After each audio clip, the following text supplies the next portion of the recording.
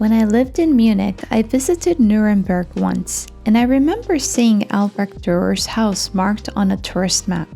But I didn't know who he was, I hadn't heard of him, and I didn't think much of it at the time.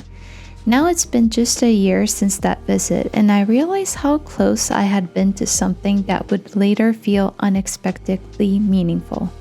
I came across Dürer again while flipping through what I think is the best gouache book I've ever found, Rediscovering Gouache by Gouache Book. On page 23, he talks about the great artists of the past who used gouache, and there he was, Albrecht Dürer. That moment shifted something for me.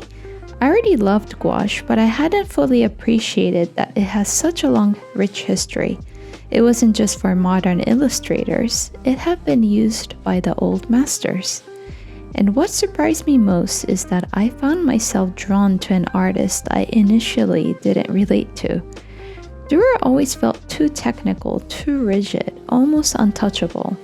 But I've realized something over time. Sometimes we grow most when we study someone who's opposite from us.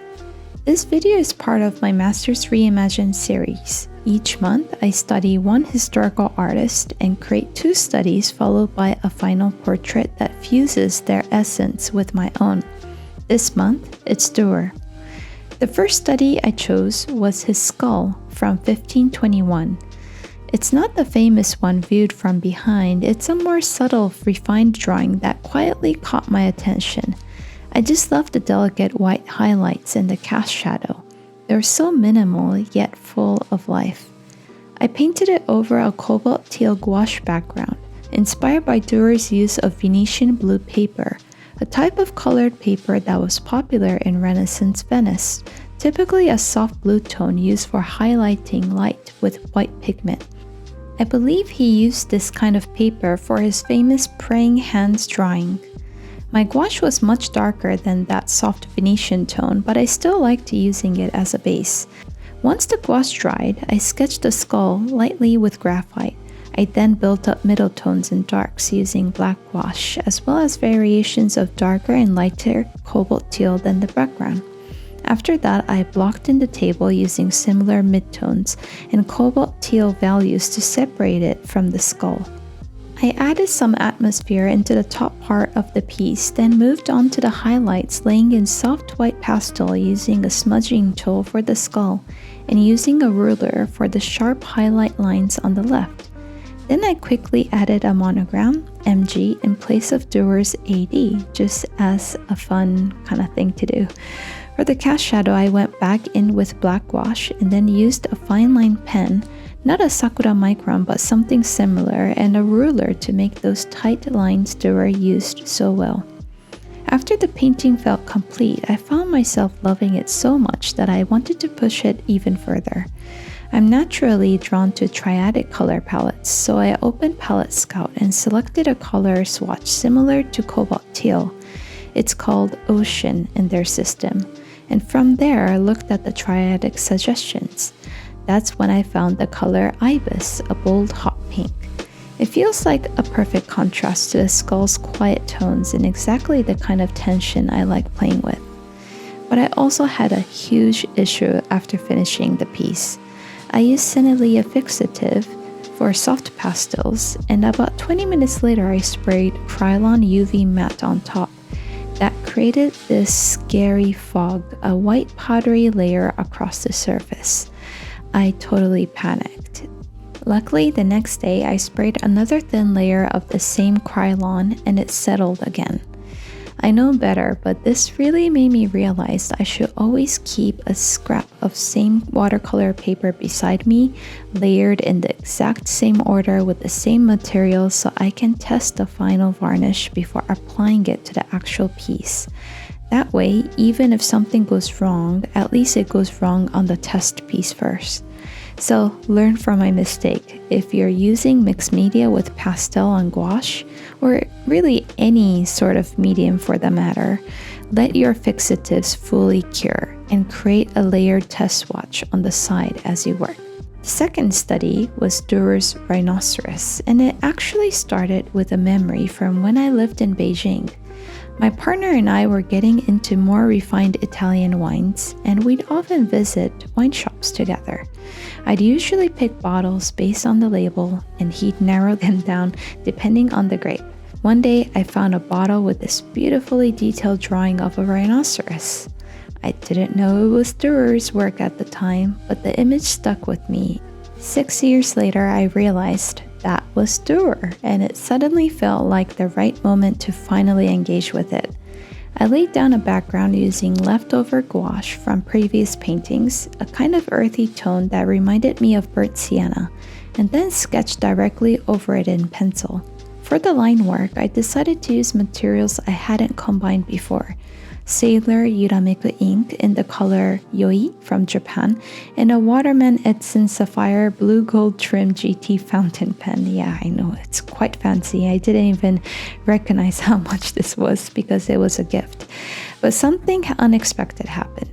Every time I laid down the ink, it bloomed outward, likely because the gouache wasn't fully dry. The lines spread, and they lacked the sharpness of Durer's. That frustrated me because Durer's precision is so much part of his creative power. I only focused on the head of the rhinoceros, and yet it felt like it would never end. Each line led to another. I felt drained time and time again. This kind of density and detail just isn't natural for me, but that challenge gave me a much deeper appreciation of Durer's discipline. What struck me most is how he created depth without traditional shading, just through lines. He would reduce the space between them to suggest darker values, and that's what made him stand out in his time. He understood how to create weight and volume using nothing but line, when most artists hadn't yet figured out how to fully render light and shadow. This study made me feel, just for a moment, a bit like him. I could start to understand why his work speaks to so many, and why he was so highly regarded in his time. From this piece onward, I started setting a clear intention for how to bring cohesion to the Masters Reimagined series. Each artist I study is so different that it can easily feel disjointed, so I created a set of personal guidelines to tie the series together. Things like always keep the portrait vertical, include a moth in each piece, and limit myself to borrowing just 1 or 2 elements from each master, whether that's their use of line, color, or texture. It's something that might help other artists too, like you, settling gentle constraints that keep your work feeling like a series without losing your own voice. For the final piece, I chose to reinterpret Durer's self-portrait Madrid, the one where he looks regal with wavy hair and that striking white and black hat. It's so composed, but I wanted something more intimate. So I used AI to generate a realistic reference based on the painting, just to imagine what he might have looked like.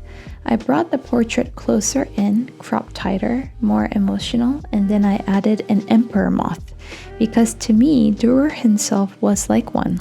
Highly regarded, iconic, and not shy about being seen. He was admired not only in Germany, but also in Italy. And that sense of presence, even a bit of vanity almost, made the emperor moth feel fitting.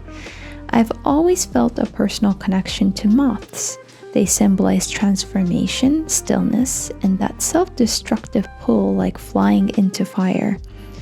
From this portrait onward, the moth is becoming a recurring symbol across all my Masters Reimagined portraits.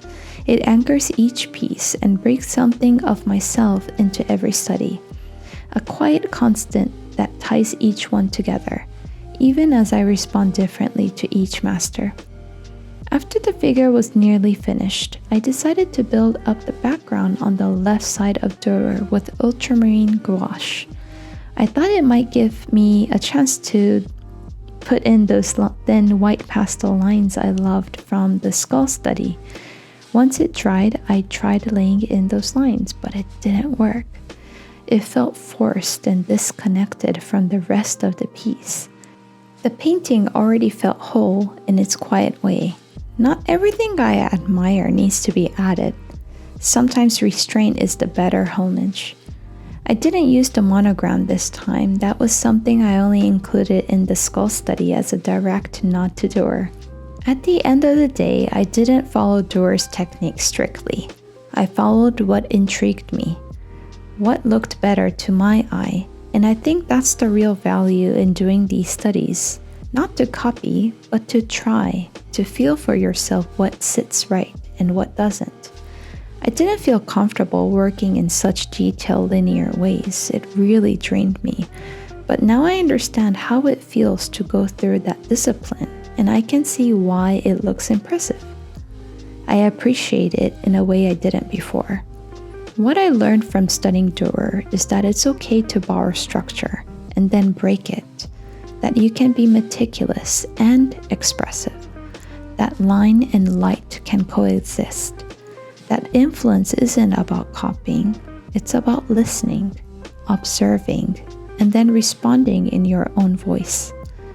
If you've never studied someone who intimidates you, I say give it a try. Pick one element, a color, a gesture, a habit. See where it takes you. Next up is Egon Schiele, and I can already feel the emotional rawness creeping in. And let me know, who would you study?